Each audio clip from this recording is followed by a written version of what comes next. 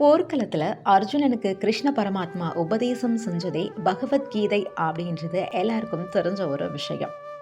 பகவத்கீதை சொல்றது என்ன?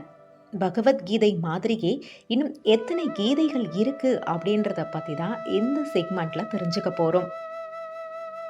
எந்த காரியத்தை செஞ்சாலும் அதை முழு மனசோட இறைவனுக்கு சமர்ப்பித்து செய்யும்போது அது முழுமையான வெற்றியை அடையிறது மட்டும் இல்லாமல் இறைவன் செயலாகவே அது கருதப்படுது. அதனால தான் கடமையை செய், பலனை எதிர்பாராதே அப்படின்னு கிருஷ்ண பரமாத்மா பகவத்கீதையில் அர்ஜுனனுக்கு உபதேசம் செஞ்சதன் மூலியமா மானிடர்களாகிய நாம் எல்லாருமே தெரிஞ்சுக்கிறோம். இந்த நிலையில் குருஷேத்திர போர்க்களத்தில் கிருஷ்ணர் அர்ஜுனனுக்கு உபதேசித்த பகவத்கீதை மாதிரி வேற இன்னும் என்னென்ன கீதைகள் இருக்கு அப்படின்றத தெரிஞ்சுக்க போறோம். ஃபர்ஸ்ட், பிகஷு கீதை. உலக அளவுல முதல்ல தோன்றிய கீதை இதுதான். பிறவி பெருங்கடலை கடப்பதற்காக வழிகாட்டும் விளக்கமே இந்த பிகஷு கீதை. அடுத்ததா ராமகீதை. நெருக்கடியான நேரத்துல உணர்ச்சி ஆட்படாம எப்படி சிந்திச்சு செயல்படணும் அப்படின்னு சொல்றதுதான் இந்த ராமகீதை.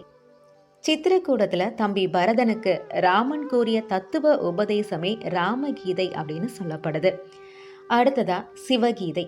சிவபெருமானின் பெருமைகள் மற்றும் பாசுபத விரதம் குறித்த ராமபிரானுக்கு அகஸ்தியர் கூறிய போதனைகளே சிவகீதை அப்படின்னு சொல்லப்படுது. அடுத்ததா குருகீதை.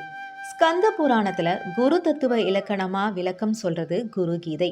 அடுத்ததா கணபதி கீதை. முத்கல புராணத்துல விநாயக பெருமான் உபதேசித்த சத்திய தத்துவமே கணபதி கீதை அப்படின்னு சொல்லப்படுது. அடுத்ததா தேவி கீதை. பர்வதராஜன் அப்படின்றவர் அன்னை பார்வதியை தன்னுடைய மகளா அடைய விரும்பி தவம் செஞ்சாரு. அப்ப பர்வதராஜனுக்கு அன்னை பார்வதி அருளிய உபதேசம் தான் இந்த தேவி கீதை. லாஸ்டா ஹம்ச கீதை. பகவான் ஸ்ரீ கிருஷ்ணன் உலகில் உத்தமர் என்று கருதப்பட்ட உத்தவருக்கு உபதேசித்த தத்துவங்களே ஹம்ச கீதை அப்படின்னு சொல்லப்படுது.